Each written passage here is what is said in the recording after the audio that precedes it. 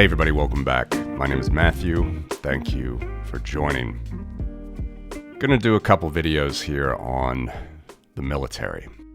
The military of major nations in the world, a variety of nations in the world, looking specifically at their spending. That is military expenditure in current US dollar terms, not adjusting anything for inflation, just not looking at GDP, percentage of GDP that they spend on, not looking at per capita, just gross, straight up military expenditure. So I have a list here of 47 nations around the world. And the black bars that you're seeing at the moment is the sum of the prior 23 years of military expenditures for that nation. Okay. And this ends in 2023. All right. So it's 2004 to 2023. It's the cumulative number, the total number of military expenditures per year put in US dollar terms, adding all of those up for that 20-year period. As with the other metrics that we're going to look at here, there is clearly one outlier, that is the United States. If we look at the last 20 years of United States military spending, it's about $13.8 trillion. Those that have been following this channel know that I like to do market capitalizations, look at various multiples of different things. The government, of course, works a little bit differently. The government just spends money. It's always a question of how well a military is run or maintained, and there is no market capitalization of the military. So I'm looking at a few different variables here, a few different periods of military expenditure, just to see if we can gauge where certain parts of the world stand. But nonetheless, I'm also not trying to be too cheeky here. It's clear that the United States is the most dominant military in the world. Nuclear power, most aircraft carriers by a long run. There's no question that it is the best military in the world and the most well-run. And you can certainly see that with this simple chart. We have number 2 is China. All right, and China at $3.3 trillion military spend over the last 20 years.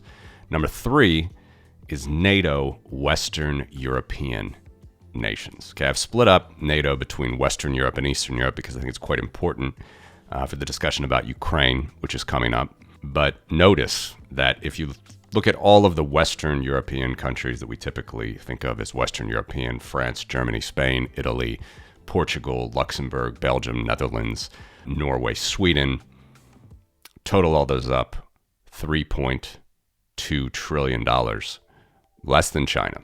Less than China has spent over the last 20 years. And let's just go right into NATO Eastern Europe. NATO Eastern Europe is a third of Western Europe, okay, $1.1 trillion. 2 countries that I'm putting in this Eastern European category because they're on the eastern front of NATO against Russia are Greece and Turkey, okay? And interestingly, those countries themselves have always had quite asymmetric views on trade and a relationship militarily going back millennia. For Greece and Turkey, depending on how you want to define the name, of course, of Turkey, the Ottomans, Byzantines, whatever, 3 trillion versus 1.1 trillion is NATO Eastern Europe, and huge proportions of that Eastern Europe actually are Greece and Turkey. After NATO Western Europe and China and the US, we have Russia. Okay, Russia over the last 20 years has spent about $1.3 trillion on its military. By the way, this data comes from the Stockholm International Peace Research Institute, wonderful website.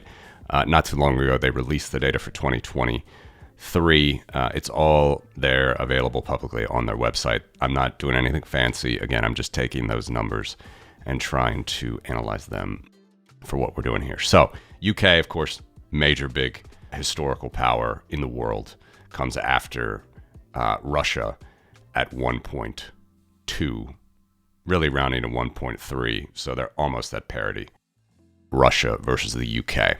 Here you can get a sense of going all the way from the United States, clearly in a league of its own, to NATO Eastern Europe, 1.1 trillion, which, just to zoom in now, I'm gonna go from, say, Greece here all the way to the end.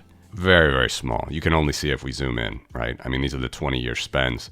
Greece, which historically always meets its GDP its spending per GDP target, which is just a target of 2%, mind you. It's a famous target, right? Greece at 140 billion over the last couple of years. Remember, we're talking trillions for the top countries. Norway and Sweden are still in the Western bucket, Belgium, Denmark as well. Finland I'm putting in the Eastern bucket because it's on the Eastern front, but here we go. Romania, Czech Republic, Hungary, Slovakia, Croatia, Bulgaria, Lithuania, Slovenia, Estonia, Latvia, Luxembourg is Western, Albania, Macedonia, Montenegro. That's just the Eastern front.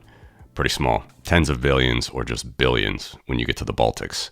So in totality, including Greece and Turkey, still decent size for NATO Eastern Europe, but it's a pretty big asterisk there when you talk about NATO on the west versus NATO on the east.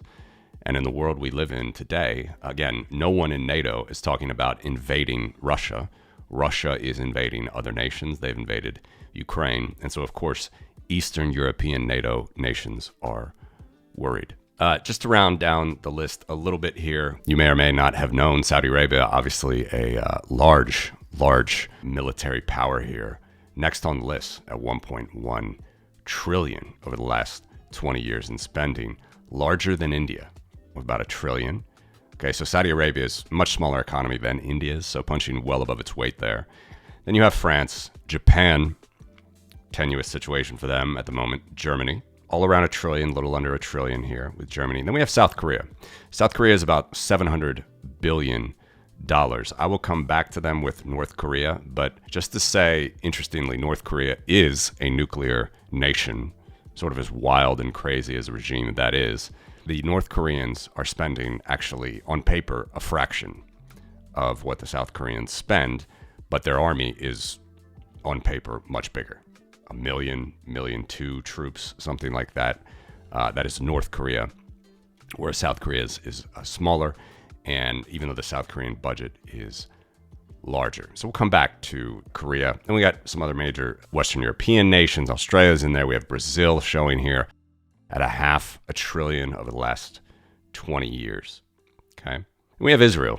It's another very important country in the Middle East at the moment, in a war right now with Hamas, a terrorist organization, and supporters of Hamas, Hezbollah, other terrorist organizations that are funded by Iran. Israel, you may or may not have known, is larger than Iran. Israel is a nuclear power, even though they have ambiguity on that. $330 billion of military spending for Israel over the last 20 years. Let's go down to their nemesis. Of course, Iran is the country that is always belligerent against Israel. Israel doesn't say it wants to attack Iran. Iran says that it has proxies it wants to attack Israel always. They're about 2/3 the size of Israel's military spend over the last 20 years, okay? 200 billion versus 300 billion, okay? Taiwan also in the mix here, 200 billion, interestingly. Of course, Taiwan, as we know, is and will continue to be in the crosshairs of what the Chinese Communist Party looks at as unfinished business. 200 billion versus 3.3 trillion. All right, these are 20-year military spends. Then we have Ukraine. Okay, Ukraine has a 20-year military spend of 180 billion. And as I'm going to show you in the next video, the vast majority of that came in the last 2 years, since they have been in a full-scale war with Russia illegally occupying their territory for the last 10 years. Again, I remind you, 20%, 1 in 5 Russians do not even have a toilet. It's a slave country. They have no democracy. They have no voting. Russia is a major military power, but we've seen that a country that is many multiples the size of Ukraine, population-wise, military-wise, and military budget-wise, has not been able to take over Ukraine in 3 days as they thought, as they promised, and it's been almost 3 years. $1.3 trillion for Russia over 20 years. Ukraine, okay, a little more than 10% of that, and practically most all of that came in the last couple of years for the Ukraine's military spend. Remember, this goes from 2004 to 2023, the 20-year spend. line items. Okay. And then we get down to frankly, former great powers, Sweden, Denmark at times. I have Egypt in here. I'm going to make some comparisons with Israel as well. Much smaller than Israel here. Remember, Israel's over 300 billion. Egypt, 80 billion. They're at peace at the moment, but it's volatile there. Finland, huge, the largest military in Europe by troop reserve size. You're getting close to 1 million Finns at the reserve level. All right. They take their security extremely seriously because of their eastern neighbor, the Russians, of course. But the budget, quite small. Hope you're finding these videos creative and to the point when it comes to navigating the rough waters of the financial system. And I'm happy to share with you a platform that can do the same when it comes to getting a loan secured by your Bitcoin, and that is Debify. Debify is a non-custodial, Bitcoin-backed lending platform designed for people who want to borrow against their Bitcoin while maintaining full control. Debify offers institutional-grade liquidity through independent lenders, allowing for high-volume loans of up to 5 years. All transactions are secured by a unique multi-sig escrow system, ensuring that Bitcoin collateral remains safe and transparent. This setup guarantees that your Bitcoin is not rehypothecated, and you keep full visibility and control throughout the loan process. It's perfect for those who value security and transparency while exploring global stablecoin and fiat lending backed by Bitcoin.